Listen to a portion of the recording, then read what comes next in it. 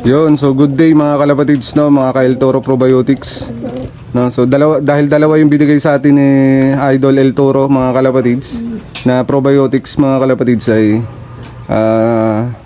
plano kong ibigay to mga kalapatids kila mama dahil sila mama ay nagpupugo mga kalapatids, no. So marami silang pugo na alaga mga kalapatids.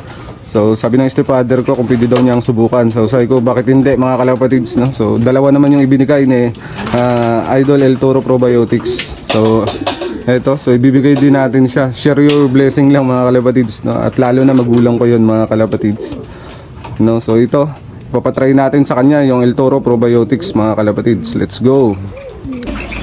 Yun, so nandito tayo sa puguan ng magulang ko mga kalapatids, no. So ito sila. So napakarami to mga kalapatids, no. So makakatingin sila ng El Toro Probiotics mga kalapatids, no. So hindi lang pang kalapate, hindi lang pang aso mga kalapatids, so pang baboy. So pwede rin to mga kalapatids sa mga alaga nating mga pugo mga kalapatids, no. So yun.